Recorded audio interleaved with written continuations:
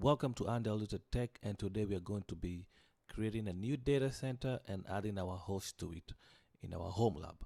So let's begin. Log into your Vcenter server. And once you're logged in, we have two ways to do it.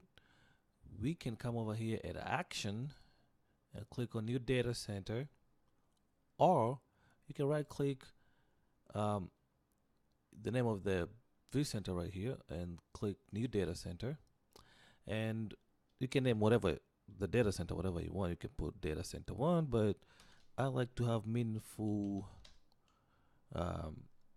naming convention. And as you can see, I name my data center Vcenter because the host we're going to be adding on here, it has my Vcenter server appliance hosted on there. So once you create your new data center, as simple as that, you can either right click in that host or come here and the Action and click Add Host. We're going to add host, and you can either enter the IP address or the fully qualified domain name. Now, I think I made a mistake right there. Nope. I think it's ESXi3, I believe so. We're gonna enter the root, which let me see if that's the correct one. Nope.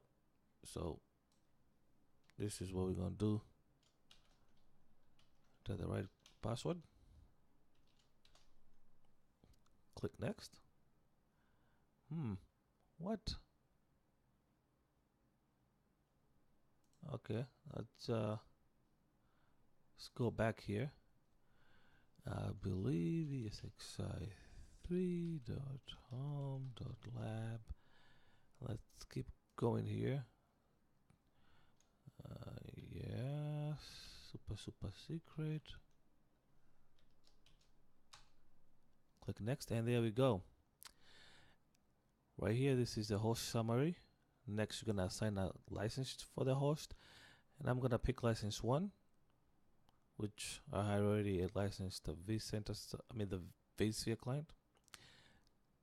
Now, between these three modes, we're gonna pick the default, which is disabled, because I don't want to just be able to access the ESXi host through the Vcenter or the console. This is the normal mode, and the strict mode prohibits you. If you turn on the monitor to where the ESXi is, you're not going to be able to do anything but the Vcenter. So I'm just going to take the defaults here, right? You can pick any you want according to how much you want your ESXi host to be secure.